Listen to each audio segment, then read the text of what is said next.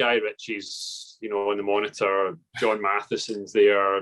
Mark Wolf's in a helicopter. There's motorbikes, Jaguars, Land Rovers. It felt like a Bond movie or something, and I do remember at that moment, instead of dipping my toe in the water and thinking I've got my job, I've studied for a master's degree, is this crazy? I remember at that point looking at it and going, I'm going to go back and give this a shot. Like, it was that moment was like, this is amazing. Like, I was in dreamland at that point, I think.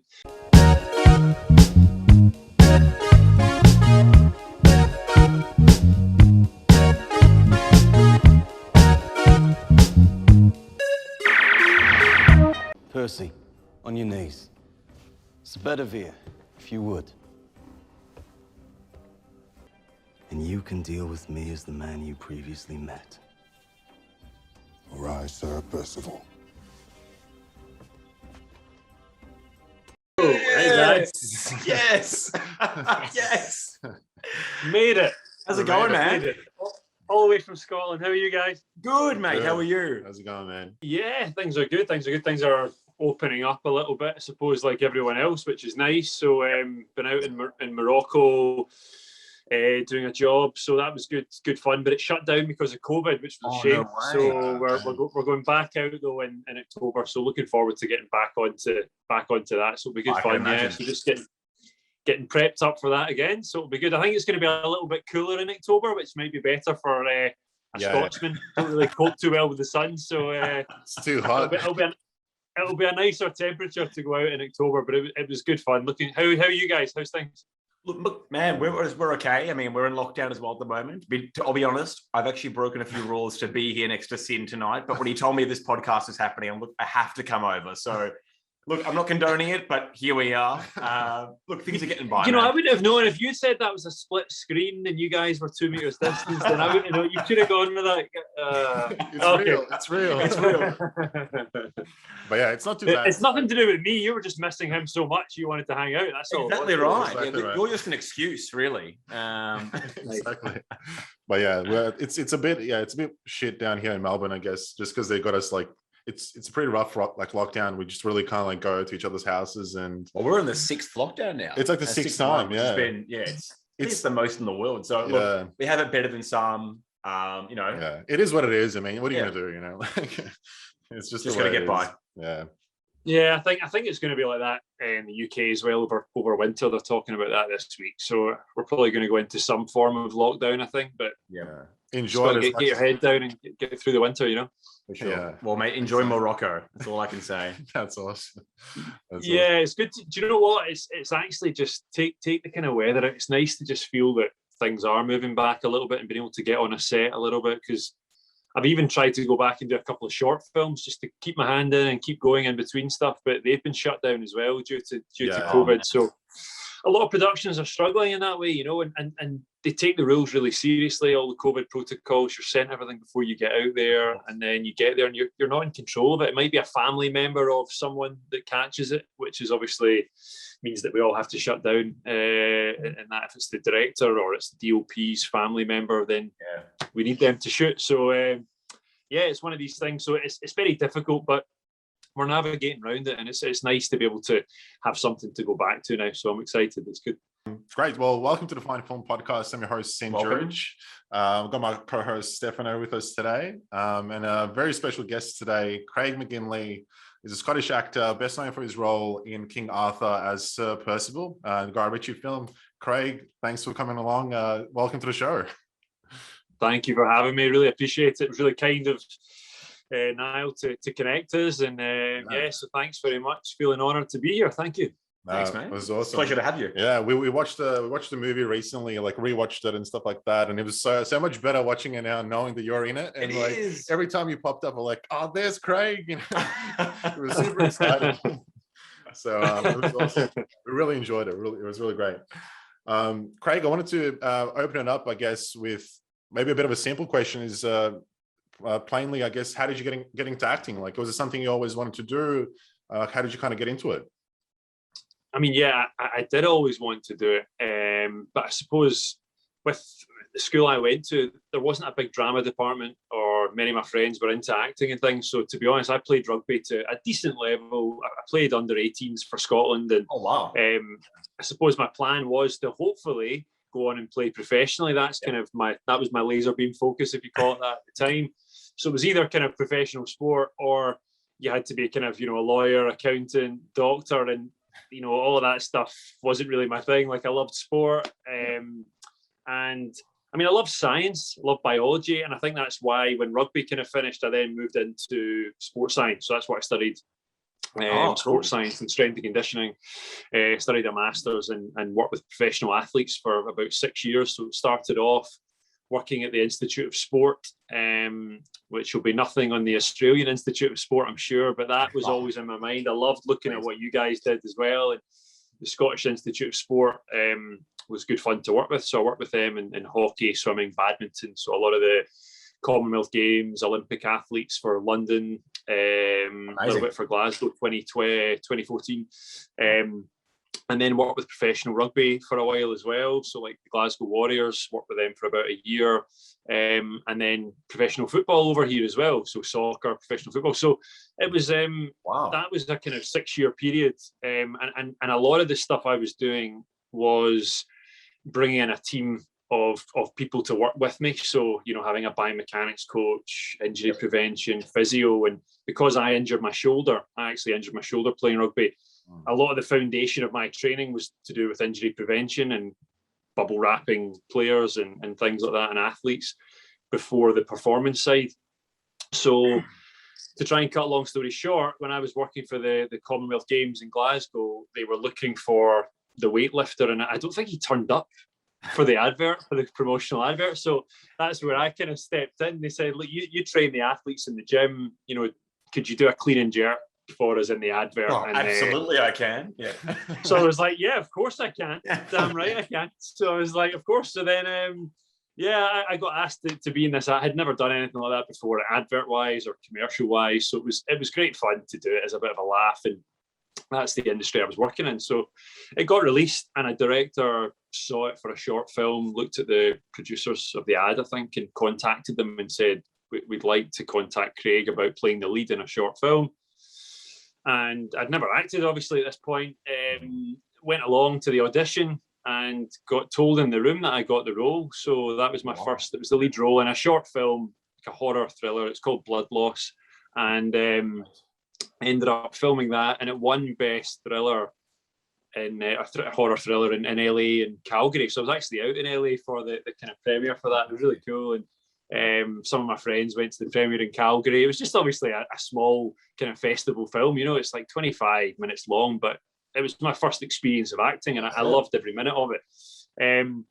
So from that, I suppose I joined an extras agency in Glasgow. Didn't quit my job or anything. I kept my job going, but I wanted to try it out. I always wanted to act, but like I said, didn't have any friends in acting. My school wasn't kind of tailored for that side of things. So I didn't have many people to ask advice for. It seemed like a very distant dream. Gerard Butler's from Paisley. I'm from Paisley. So I guess he's the only closest thing to that. Well, I mean, if he can do it. Yeah. So, and, I guess quite inspiring. You see a guy like that from Paisley, he's gone off and done it. And I think, but still very nervous to think, how does it happen? I don't know any path career, which is a bad attitude, if I'm honest, to probably have. You should just go for it. And I probably wish that I had done maybe when I was a bit younger, but it's come round again, which is nice. And so, like I said, joined this extras agency and got a couple of, guy in the background type roles, like guy walking past, or, man in cafe, drinking a coffee in the background. So I drink coffee very well, guys, So I did that a couple of times.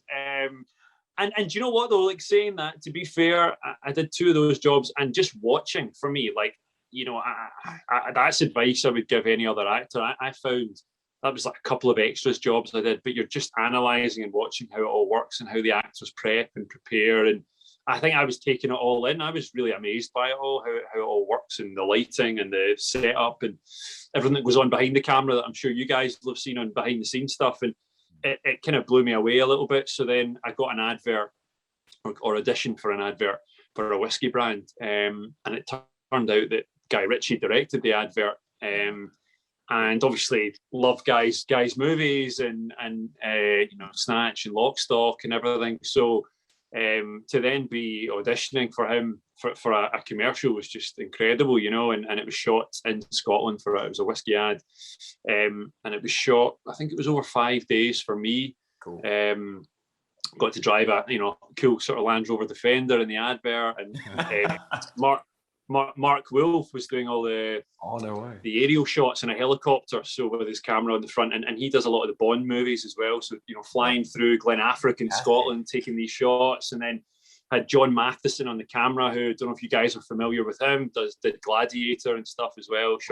So I just remember standing back at one point, and there was this kind of clear moment in my head where like Guy Ritchie's on the monitor, John Matheson's there, Mark Wolf's in a helicopter, there's motorbikes, Jaguars, Land Rovers. It felt like a Bond movie or something, and I do remember at that moment, instead of dipping my toe in the water and thinking I've got my job, I've studied for a master's degree, is this crazy? I remember at that point looking at it and going, I'm going to go back and give this a shot. Like, it was that moment was like, this is amazing. Like, I was in dreamland at that point, I think. Went back, quit my job really quickly within like 10 days. Just straight into it. Yeah, I was straight into it. Yeah, I and just sort of started kind of plugging away, like looking at ways of doing short films and things like that. I think I did one more short film quickly with the same guys that I did Blood Loss with. And then I got, within 4 months, I think it was, there was a casting director for King Arthur contacted the extras agency I was with and said that they wanted to audition me for King Arthur. So that was obviously Guy's movie as well. And that's how it kind of led on. And then I actually had a meeting with my agent. Obviously, they were predominantly an extras agent, and they understood that the next step was to get an acting agent. And although they'd been so good with me with the extra stuff, they knew that the next stage to move to London was to try and get an acting agent.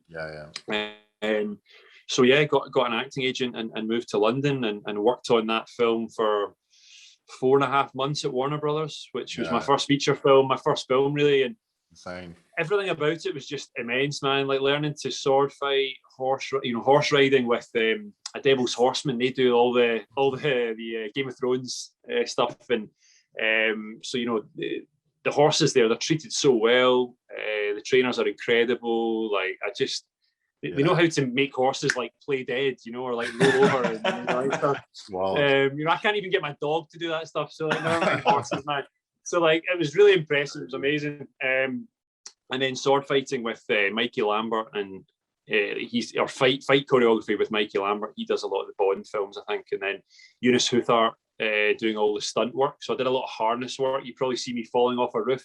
We're going to ask you a question about that a little bit later, but yeah, man, that scene as well. We're thinking like, how does that happen? Yeah. And I mean, to the sword fighting, that's been my dream all my life, to be able to choreograph and fight somebody. Like, now that you've had your training, do you think that you could, if someone tried to challenge you with a sword, do you think you'd hold up well?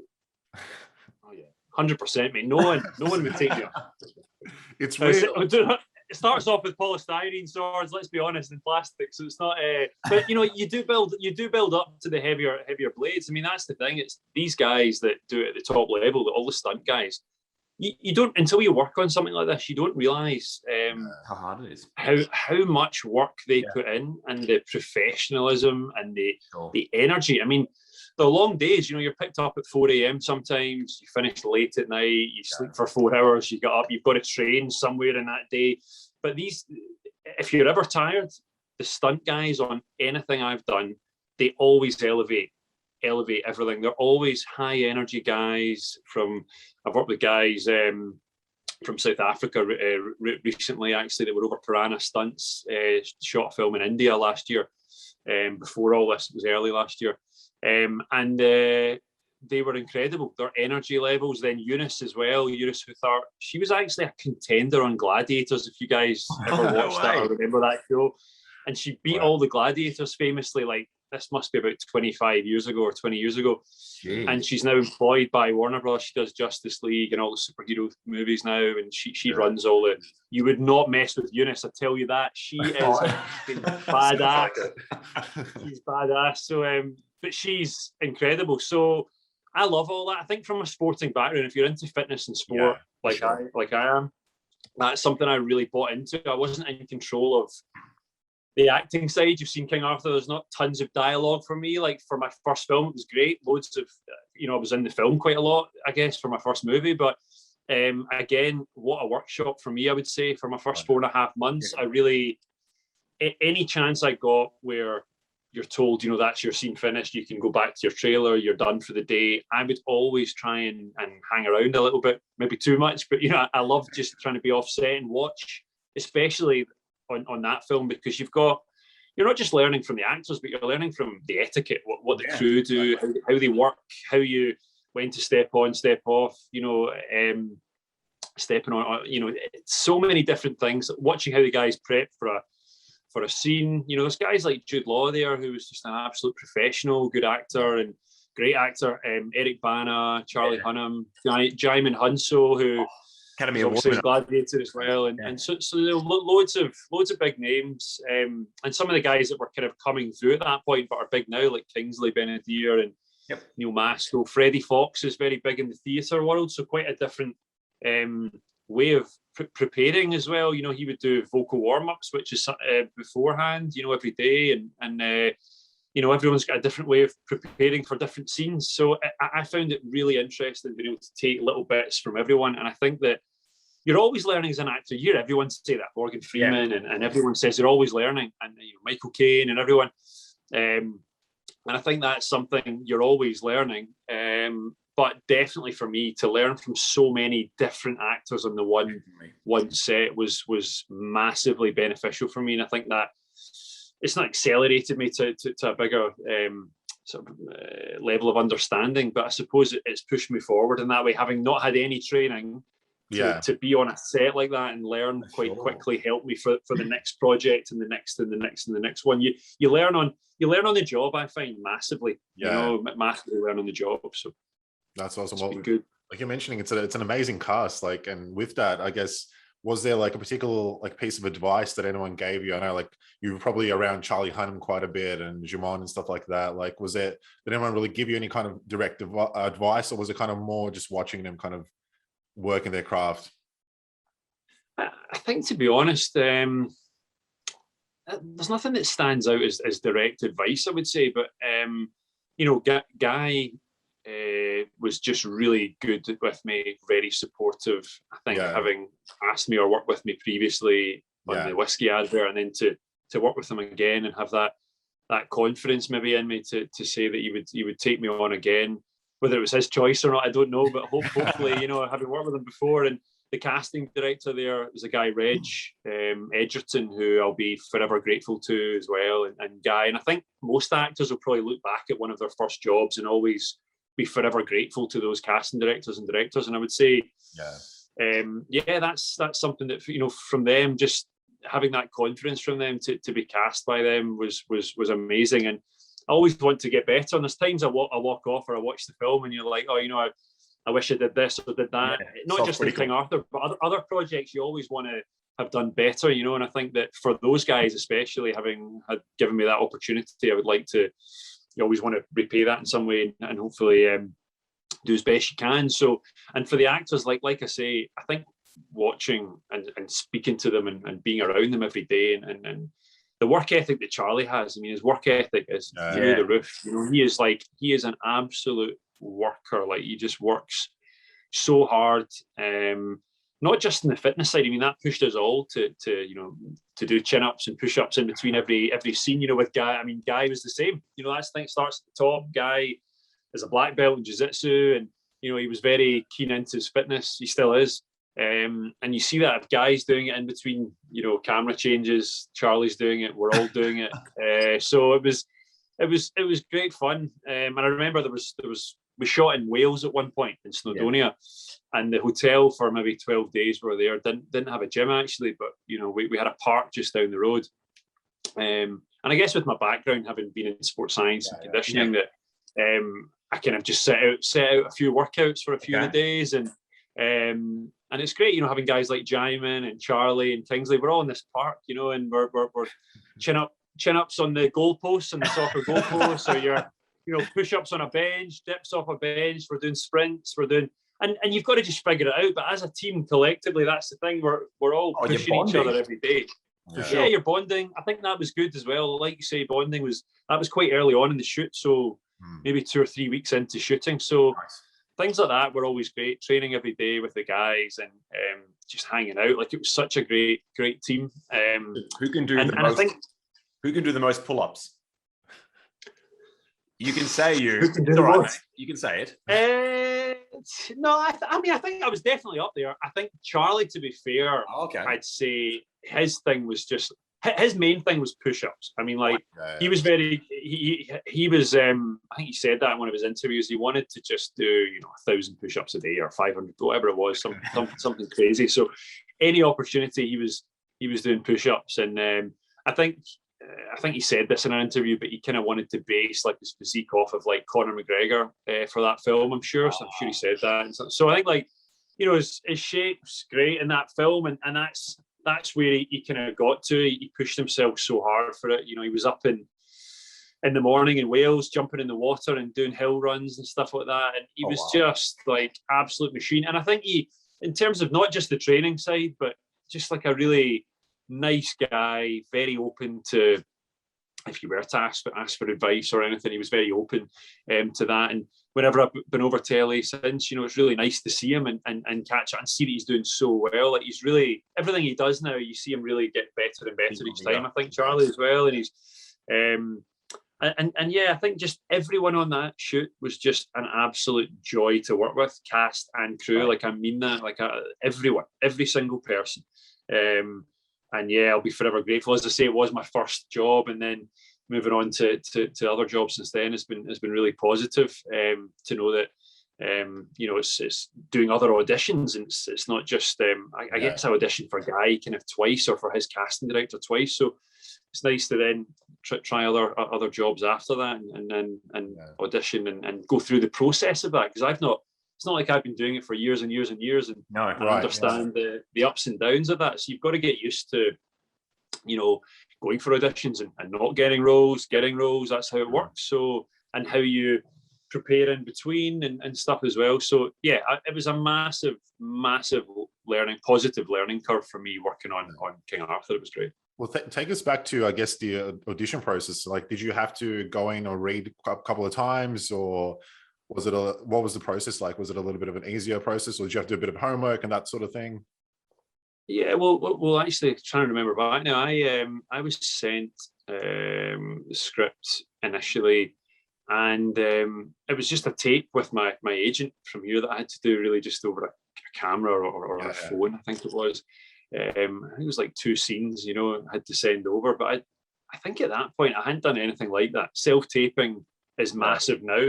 Yeah, definitely. But at the time, there was not, I think the backdrop was probably not very good. You know, I can't remember where I was. There was no thought of, you know, now it's quite intense. They want specific lighting and backdrops and stuff, whereas God knows where I was. There was probably a washing machine and a cat in the background. I don't know. There was all sorts of stuff. So, but anyway, no. So I did a couple of scenes, and thankfully got a call back. Went to Warner Brothers in London. It's just outside of Watford, I think it is. Yeah. And it's incredible. Like, it was amazing arriving there, and we were just in and out of the room with the director, with Guy, and John Matheson was in there as well, and with the other actors, obviously doing a range of different scenes. And it was, even that, I remember being like an incredible, surreal experience, you know, meeting everyone on the day. And I think we got on really well. That was something that was probably an important dynamic. I mean, I don't know this for sure, but I'd imagine that for the likes of the whisky advert, when I auditioned, it was people coming and going. There was maybe 15, 16 of us on the last audition day for that. And there was only 6 of us in the advert, and one of those was David Beckham. So 5 of us were really auditioning. So I'd say that probably swapping us all in and out was to see how we all get on and what the dynamics like, and do we connect. And I think that the final 6 for the advert, we probably connected well in the audition more than anything. It was improvised. There was no dialogues. It's just how we. The premise was we're a group of friends hanging out in Scotland, and they wanted to see that it wasn't stiff and it was fluent and fluid, and we got on well. And I think that maybe that was a similar way of working for the audition as well. I didn't have loads of dialogue, so it wasn't a case of learning, a monologue or anything. Like, I had some dialogue, obviously, but it was about getting on with Charlie and Djimon and the other guys, I think, in the room, and being swapped in and out with other people for a couple of hours, 2-3 hours, and I think we did get on well, and I like to think I got on really well with Guy and everyone else, and I think that's a huge part of it. But it's not just in the acting world. I think in any job, right? Anything you do, if you don't get on, it doesn't matter how good you are as a lawyer, accountant, a barista, like whatever you're doing, like, you've got to get on. If you're a bit of a dick, you're not going to get that job. So you've got to get on. You're not. You've got to get on with people, and I think that was stuff that I was in control of. Was I guess I knew my role. You have a bit of a Google, and I love King Arthur the story anyway. So that's what I wanted to ask. Like, if you looked into the lore and everything like that before, the backstory of Percival. Yeah, I did look into it a little bit, and you see, like, he's obviously the one that was off to find the Holy Grail, and like, you kind of learn there's different kind of ideas of what the character is, but I had this vision of him being as big as possible, really, and I wasn't asked to bulk up for it. I have had some jobs since where they actually say in the contract that we'd like you to be a certain size or bulk up or trim down, or sometimes it is, like for my next job I've got to grow the beard back in, and so that'll be like about 3 weeks ago, so it's on its way. Lots of beard shampoo to try and get it in, get that growth going on. So it's so I guess things that I'm in control of, like, as I say, I don't have a lot of dialogue, so I've got to turn up on time, don't be hungover, get on with everyone, learn, do the fight choreography, a lot of stunts. I put my hand up for every stunt. I wanted to do every stunt in there. I wanted to do it as much as I could. I wanted to do as much stunt training with Eunice, Mike, the horse guy. So, like, any extra time I had, it was like, I want to be as best I can on a horse, jumping on off a horse. It's all these dynamics, the fight training stuff, as much as I possibly could to move well. So, bulking up as well. I wanted to become Sir Percival as much as I could. So I was eating 5,000 calories a day. I was training for an hour and a half. Oh man! In the evening and about an hour in the morning. So it was a lot of training, a lot of it. And it's weird because day to day I don't train like that, but when you've got this laser beam focus of like something coming up, like, I love it actually. Like, I really love the idea of getting in the zone for it. And there's a lot of sacrifice in terms of, you don't go out as much. It's just the reality. You're eating more chicken and broccoli than you can get. Your diet changes. But you've got it for a job, and the job will be there, and it's on screen for forever. So what you want to do as best you can. Like I say, they've offered you the role. So the way I see it, it's important to not make mistakes on the day. You can injure someone if you've not done the fight choreography correctly and things like that. So I think it's not just to look good on screen. It's like, from the injury, obviously that was big from my past in sports science and injuries. I've seen how devastating it can be for athletes, ruining their careers. So I don't want to, if I've not done the time and put in the work, I don't want to injure someone else on a set as well, because it's my fault if I've been hungover or I've made a mistake, I've not followed the choreography. So there's a lot of time and effort. You've got to, everything within your control to be as best you can be, I think, on the day. And although I'm not A-list and I'm not playing the lead on the screen most of the time at the moment, I think you've got to try and kind of keep pushing for those standards. And I probably, from a positive way, have learned from my first job, everyone's standards were so high on that job. I mean, everyone, the art direction team, the costume department, the stunt team. I mean, it's just So I think I've actually learned a lot from the top standards, like gold standards throughout the board on that it's probably helped me for every job since. That, I want to everything within my control. You're not in control of the dialogue on the script necessarily, what's there, and being able to change that, but you can do as much as you can on the other side. So yeah, definitely, 100%.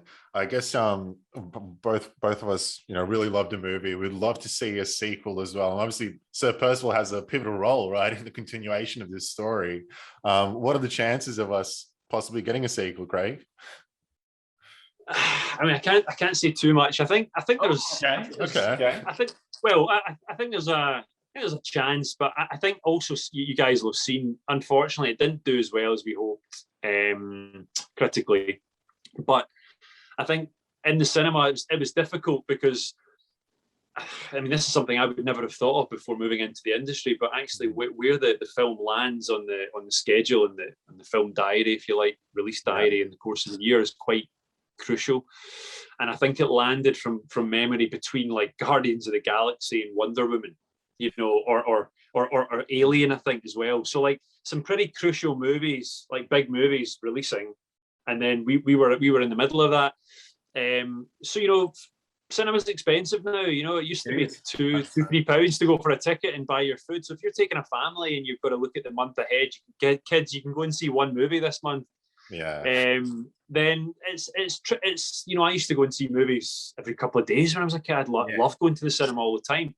I think now it probably is that thing of looking at what's on this month, kids, and we'll take you to see one, and if it's a family, then that's it. Obviously, the good thing is you have these cards now, don't you, where you can pay X amount and you can see unlimited, which helps. But the reality is, I think that maybe it probably didn't help us, because I don't think a lot of people maybe saw it as well because of that, because there was other major movies on. And it was just unfortunate, man. I think since it's released on Netflix, I think it's done actually really well, as far as I'm aware. It's actually done really, really well. People just didn't see it in the cinema, not enough people. But people that are now, people have been in lockdown, so they're watching more and more. What have they not seen? And if King Arthur pops up and they stick it on, then I think people have been pleasantly surprised, even because critically it didn't do that well. I think it's a change in terms of people were probably expecting, to see Sir Lancelot and Guinevere and more of Merlin, whereas the point of the movie was it was an origin story, and to hopefully lead on, as you've seen it, that it was, we're being knighted, and to develop the round table, the Knights of the Round Table, and hopefully move on from that. So I think maybe some critics maybe hope to see more of those characters, but the plan is, and hopefully is, that we can move these characters into another film. So we'll see. But it's nice to know that it's done well, and the kind of streaming circuit now, that's been really positive. Definitely. It might get that second life, I guess, on the streaming services, which is what we hope for, I guess, and see the continuation. Definitely. Yeah, fingers crossed, man. Fingers crossed. Cool. Well, Craig, I wanted to do a bit of a speed round as well. So we'll fire off a couple of questions, whatever comes to your mind first. I'll start it up. So outside of Guy Ritchie, who's another director that you absolutely would love to work with? Sam Mendes. Oh, nice. Great choice. Very nice. 1917, Bond, very good. Great choice. All right. So Craig, this is a deep question. It's a question that I hate being asked, but I'm going to ask you anyway. What is your favorite movie of all time and why? One that jumps out, if it's Quickfire Gladiator, it jumps out there. So many factors. I watched it again. I watch it all the time. It's one of those movies I can just go back to. I think because I had never met John before working with him. This has nothing to do with because I've worked with John twice, but genuinely, I think the cinematography on that is phenomenal. And now having seen the time he takes to do everything, like the art that it takes to do that, it's incredible. The acting is phenomenal. The fight scenes are phenomenal. The music, like Hans Zimmer is just like an absolute legend. So there's so many. There's nothing about that film, nothing that I think's weak. I think that's there's tons of movies. I love Road to Perdition. I love Shawshank Redemption. Fantastic. There's tons of good. Love Snatch from way back. There's loads of movies, but I think I think for me that's one that really does jump out, because I just think across the board as a whole package, it's phenomenal, incredible. Oh, it is an amazing film. One that Sin and I have talked about so many times over the years. It's a classic. It really is the classic. Classic. Awesome. Well, Craig, 3 actors you'd absolutely love to work with as well. Wow, that's a tough one. Daniel Craig. Yes. DC. Who else have we got here? Henry Cavill. Yep. Tom Cruise. Oh, fantastic. He doesn't do a bad film. No, he doesn't. I'll argue it and does today. all his own stunts as well. So maybe that's a thing that you can both do together. Just only you, no stuntmen. Yeah. Definitely. Yeah, I think he does the stunts a little bit better than me right enough. He does. I'm not quite hanging off of planes yet. I'm doing what I can. You'll get there, Craig. You'll get there. Well, look, Craig, I mean, man, you mentioned a few big names here. Guy Ritchie, David Beckham, Jude Law. When you met any of these guys, who sort of, who left you the most starstruck in your mind, if you get starstruck at all? See, I'll be honest. Weirdly, I haven't been at all. Honestly, I mean that, and I thought I would be. Definitely was, thought that I would be. I think because everyone's been so normal's not a great word, but so down to earth, like salt of the earth, kind of like good. Like Jude, I'll never forget the first time meeting Jude at the read through. Stood up at the table, just well-mannered, shook my hand, introduced himself. Hi, I'm Jude. They don't expect you to just assume who they are. Of course you know who they are, but they're all everyone, and that's across the board. Everyone has been like that. David Beckham was like that. Guy's the same. Would hug you every day on set. Guy would pull you. And I just love that. There's just this thing of we're all together on this. He wouldn't just tell you what to do and that's it. He's obviously got his way of working, and he was brilliant to work with. But I think that you felt this real togetherness. You talk about this film family, you always hear this, and it really was that. It really was on anything I've done. So yeah, I mean, I've really not been. Yeah, I have to say, Christopher Reeve. Obviously, that's not going to happen. But Christopher Reeve was my absolute legend, hero on and off screen as a kid. I mean, I think my mum saved a lot of money on clothes because I just ran around in a Superman costume day in, day out. But I loved. I don't know if I'm showing my age here. I don't know what age you guys are, but I don't know. You've probably not even seen those films, but every single one of those. No, we are big Superman. We love fans, and we love Christopher Reeve. Rest assured. Yeah. So I think that's he's he was an absolute kind of hero. I think if if you talk about this, who would you like to have dinner with? Around the table. What celebrities or whatever. There's not many that I'm starstruck by, if I'm honest. I think maybe working in professional sport for a while, not that I've worked with a few quite big name footballers, rugby players and stuff, and it's never really bothered me, training. And I think maybe that's helped. I don't know. I think I would definitely have been starstruck had I ever got the chance to meet the big man, Christopher Reeve. But anyway, that would have been awesome. Definitely. Craig, outside of the movie King Arthur, who wins in a fight, Charlie Hunnam or Jude Law? Outside of what, sorry? Outside of the actual movie King Arthur, who wins in a fight? Is it Charlie Hunnam or is it Jude Law? I've got to say Charlie, really, there, don't I? I don't know. I don't know. To be fair, to be fair, I mean, I didn't see Jude doing any fight. He obviously was doing it, but just the days I was on, I didn't see him doing any fight choreography stuff. So I think he is pretty handy, to be fair, because he did a Sherlock Holmes. Yeah, he did that, but also a Marvel film recently. I can't remember who was in it again. He's in that, and he's doing some pretty badass fight stuff. What's her name? The superhero. It's a girl. Is it not Captain Marvel? Captain Marvel, yeah. Is he the bad guy in Captain Marvel? I think he is. Yeah, he is. Oh, he is. So he's got some cool fight stuff in that at the beginning, actually, and he was in good nick for it as well. So I think Jude could definitely handle himself, but Charlie, I've seen him. Another level. He's flipped me a couple of times as well. So on set when you don't expect it. So he's sharp and he's really his fitness levels are great. So no, he's good. I think Charlie would probably just edge it. Maybe Charlie takes it. Charlie takes it now. Did you get to keep any props from the set? No, gutted. Nothing. Shame. Absolutely nothing. I think because we're still hoping for this sequel, lads. So I think maybe that's why they didn't trust us to not lose the stuff. But so no, I didn't get anything, unfortunately. But maybe next time. Sure. All right. Well, look, mate. If you had to be cast in either a Marvel or a DC film, which one would you prefer? Oh no.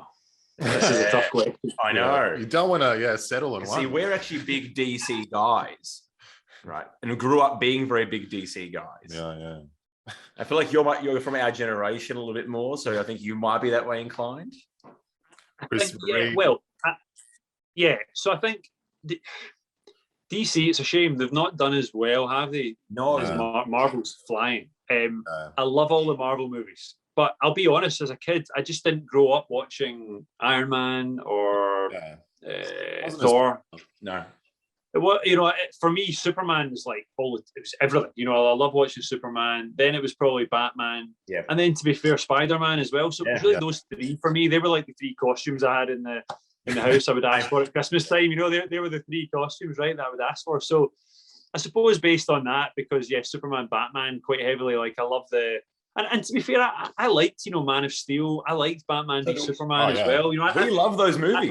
I think they're great. I've watched them again, and Justice League wasn't as good as probably I hoped it would be, to be honest. But it was a shame. But I think they've definitely got something there. Like, look, Aquaman's done really well. Wonder Woman's doing well. But I think there's no question. I mean, the Avengers last couple of movies they've done, especially, were just phenomenal. Captain America is another character that, to be honest, didn't grow up with, had no interest in. Yeah. Saw Winter Soldier, and I thought Winter Soldier was phenomenal. I think that's a great. I think I'm very big on less CGI sometimes. Like the CGI is amazing, but I think maybe just coming from that era, I quite like the guy flying on strings. I quite like that. I don't mind that. I think seeing Christopher Reeve fighting Zod, and it's them fighting on strings or whatever. I quite like seeing that as opposed to the. Don't get me wrong, CGI is amazing, and it's amazing what those guys do. Actually, it is phenomenal. But I think I quite like in Winter Soldier, a lot of it is based on fight choreography. Like it's just brilliant fight scenes. It is.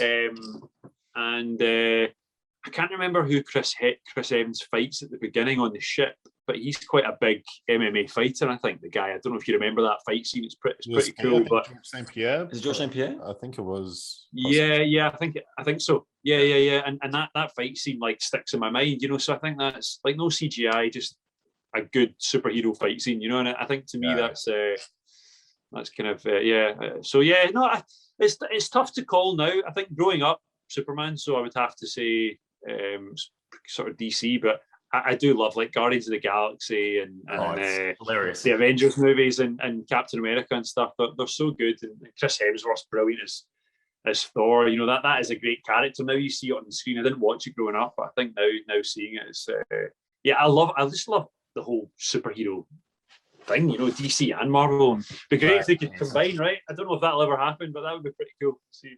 Yeah. Oh man, we'd love to see you in one. Definitely. Definitely. Fingers crossed, man. I would love that. Craig, you obviously keep yourself in great shape from what we can see on your Instagram page and everything like that.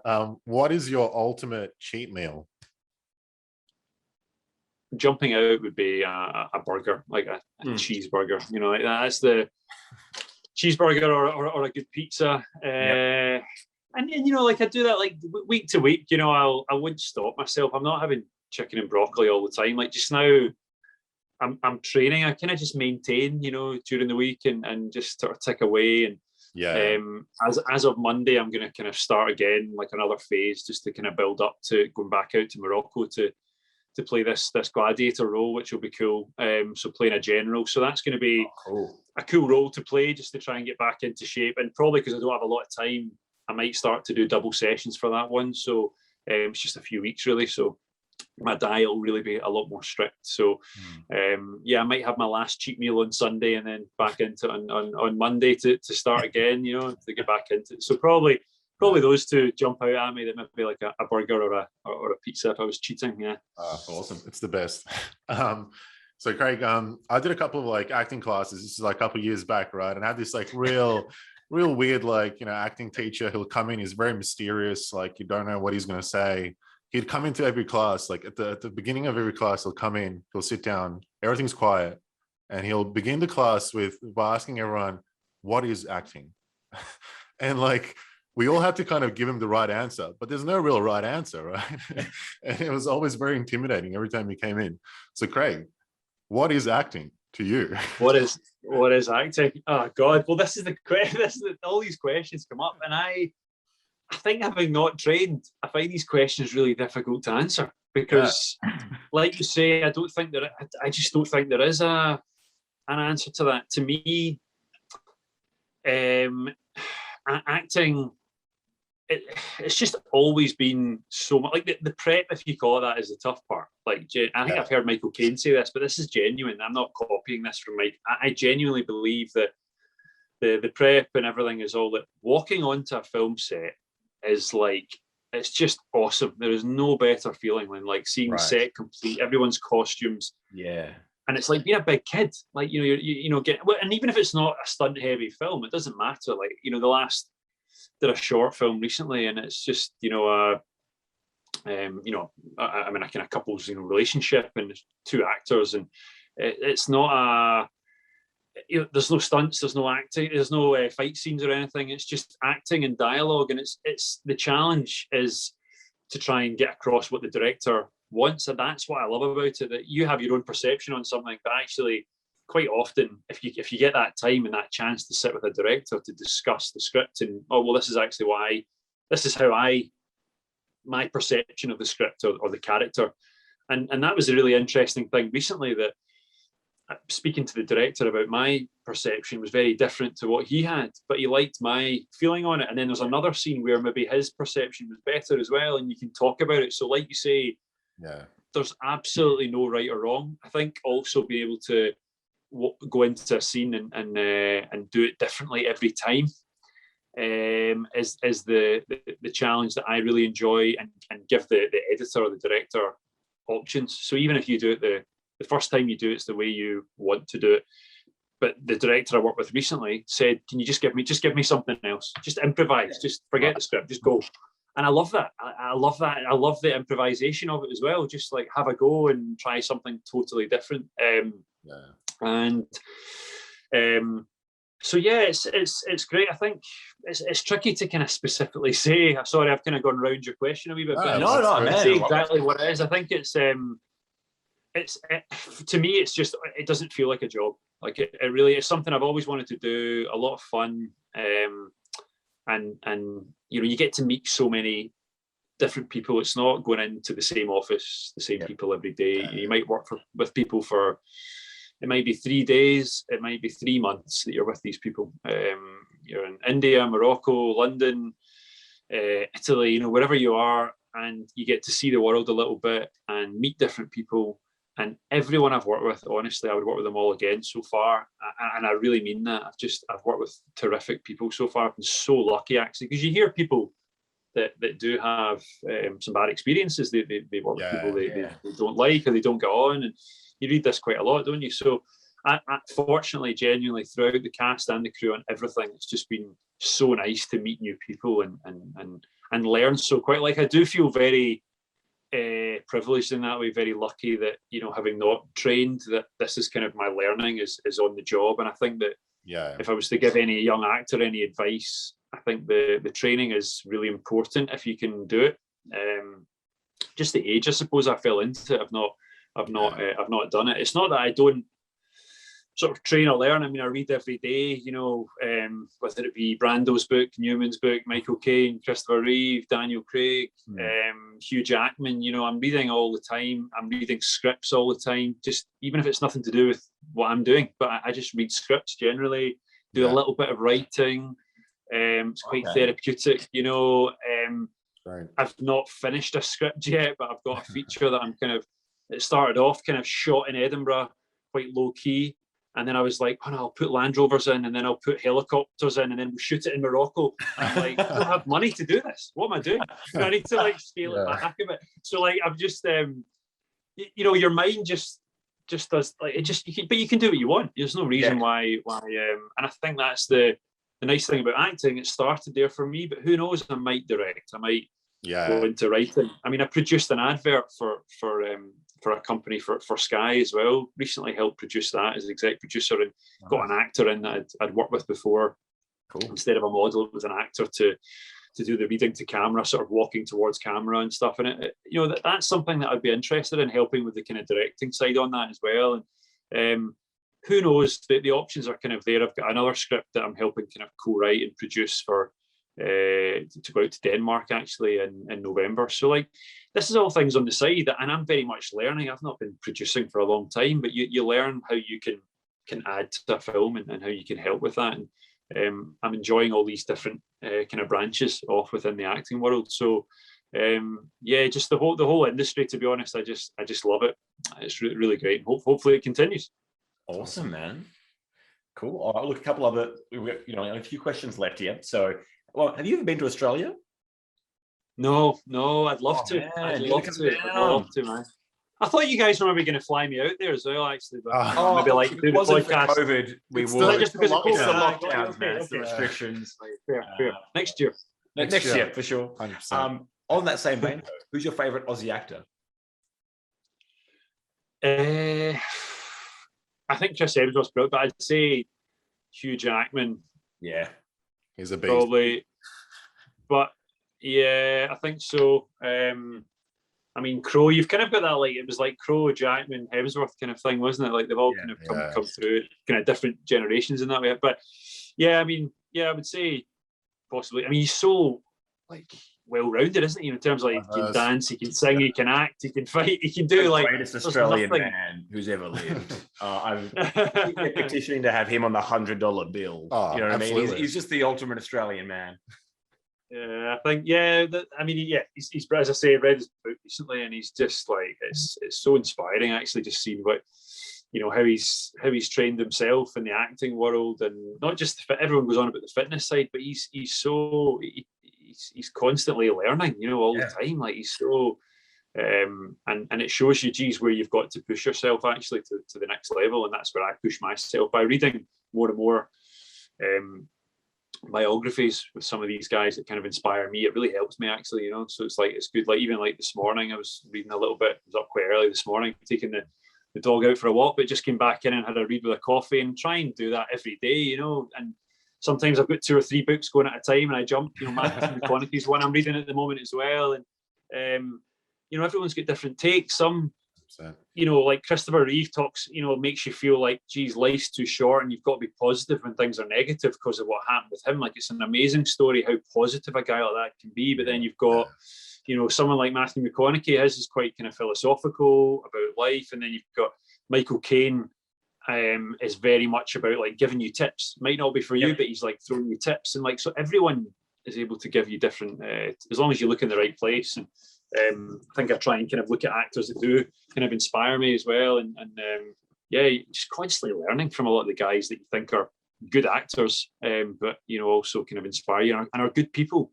That's the other thing I would say. Like, most of these guys that I'm reading the books of, I've not heard any stories of them being assholes or anything, or not being like good guys on set. Like, all of them have been like good guys. I think that's quite key. Like, I think that's at least half the battle. At least that, I think. And like I said at the beginning, like, you've got to get on with everyone on that set, the director and everyone. I think everyone I've read so far, you can tell that they're just like good people, like really nice people. I think Hugh Jackman's a perfect example of that. Like, I heard a story that he gave, is it every Friday he used to buy everyone on set, from like the cleaner to the costume designer, everyone, he would buy them a like scratch card, like a lottery ticket every Friday or something like everyone on set, like, just in case, and just like really, really polite, nice guy, so like, I think it's so just always kind of learning in that way. It's good. Awesome. Definitely. You mentioned before, obviously, like you were chasing to be a professional rugby player, I guess, and obviously you had an injury and you had to pivot, I guess, in your career. And obviously you made a big decision to, quit your job and chase this acting thing.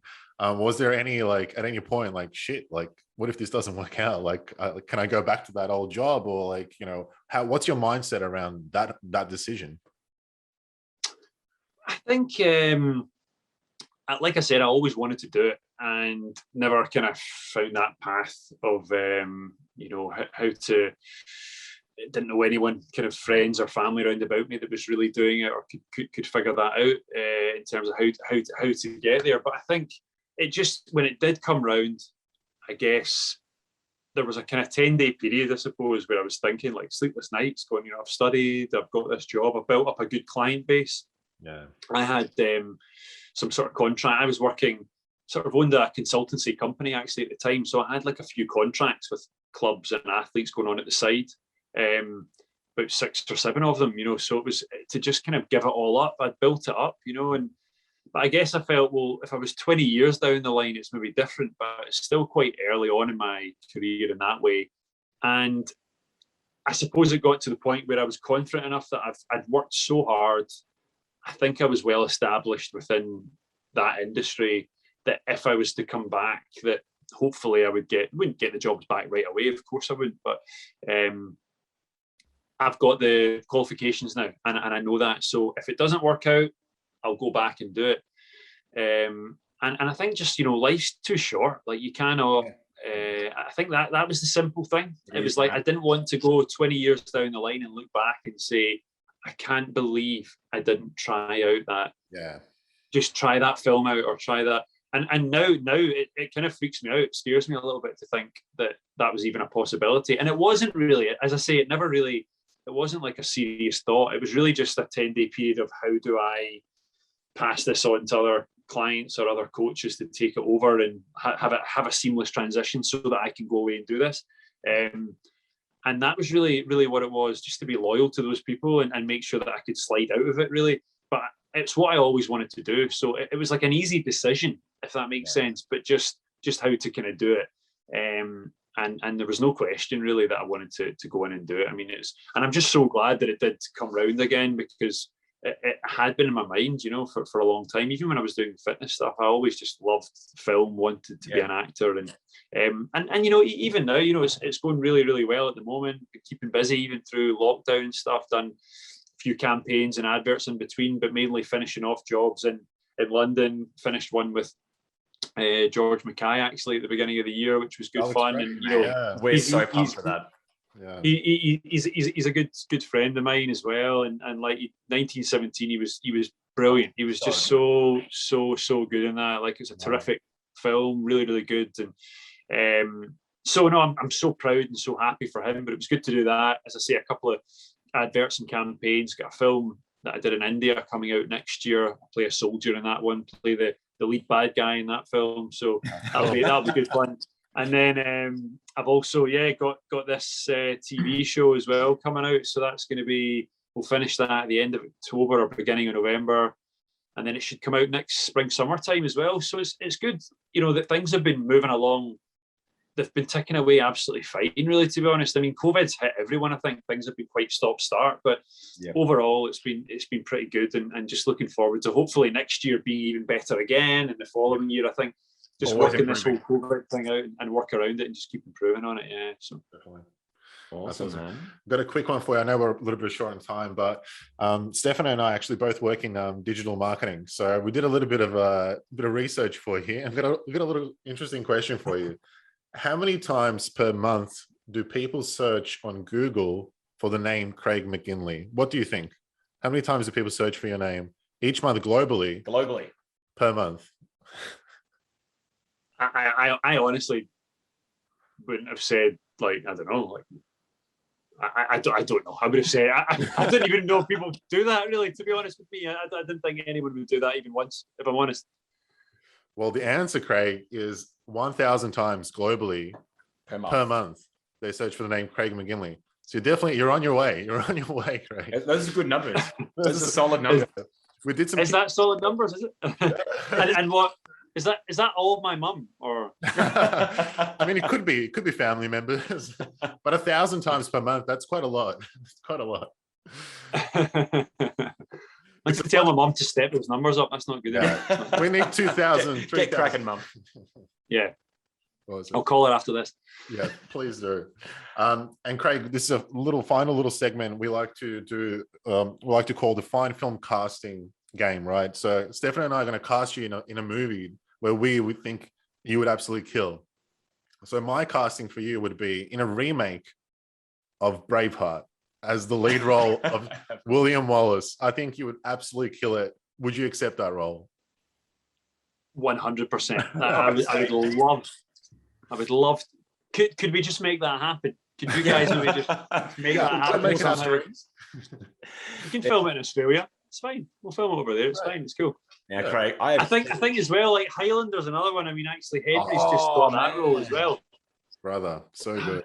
He's a slightly bigger name than me though, so I think that's a bit. Yeah, he's got that. He got that role. So I'm looking forward to seeing that though. Right enough, you'll crush that. It's gonna be great. So the two I got for you, Craig. So one, I reckon the role by Imfrim Winslow, played by Robert Pattinson in The Lighthouse, across Willem Dafoe, I thought you would be really, really good in. And outside of that, at a TV setting, I reckon you would nail Robb Stark in Game of Thrones. Do you accept those roles? Do you take those roles? Yeah, 100. Guys, these are some good roles. Well, man, I thought of you sitting across the table from Willem Dafoe in that lighthouse. I'm like, man, Craig could do this 100%. Fantastic. Do you know what? I need an Australian agent. Maybe you guys could team up. Where are your guys? Mate, I'll quit my job right now. Let's make this happen. Make it happen. So we put it to you. What's a film, if you had to like remake a film, what's a role that you put yourself in? To remake a film, I mean, obviously, Bond stands out. I would love to play. It'll never happen, but I would love to play James Bond. And love all the Superman movies. Wolverine. Like, I would love to. I said Wolverine to him last night. I'm like, he got 100% do Wolverine. Yeah. I genuinely said that. That's awesome. I mean, yeah, I would say they kind of jump, but I guess they're going to be redoing these, aren't they? Probably there might be a new Thor, a new Wolverine, new Bond. So yeah, I think they're all distant dreams, aren't they? But they're looking for a new Bond right now. So I mean, mate, you can throw your hat to the ring. Yeah, you never know. I'd love to, man. That's the dream. That would be the dream. You never know. Yeah. Awesome. Well, I guess we'll wrap it up. A couple of shout outs. I guess King Arthur, if you haven't seen it, watch it. It's available on Netflix, Amazon Prime, yep. Stan as well in Australia. Craig, where can people kind of find you and follow your journey on socials and things like that? So yeah, mostly I'm terrible on Twitter. I'm rubbish on. So probably Instagram. I'm still bad on that as well, to be honest. Instagram, just at Craig McGinlay on there. You can follow what I'm up to, some behind the scenes stuff. If anyone's interested in that, some behind the scenes on my next project. I'll post what I'm allowed to on there as well, and just my kind of fitness journey towards that, and maybe some sort of press stuff after as well. So yeah, you can follow me on there, and if anyone's got any questions, even if it's any young actors that want any advice or anything, feel free to give me a shout. I can't promise I'll be able to help, but I promise I can try. So yeah, just absolutely. But yeah, hopefully everyone takes care and stay safe. Thanks for having me on, guys. And thank you very much. It was an absolute pleasure. Appreciate it, Craig. Hopefully we'll see you down in Australia for some of these roles, and we're your agents down in Melbourne, so you just give us a shout. Call. Let's get cracking on that. Brilliant, guys. Thank you. Awesome. Thanks, Take Craig. care, guys. Have a good day. Bye. See you guys. Bye-bye. Bye.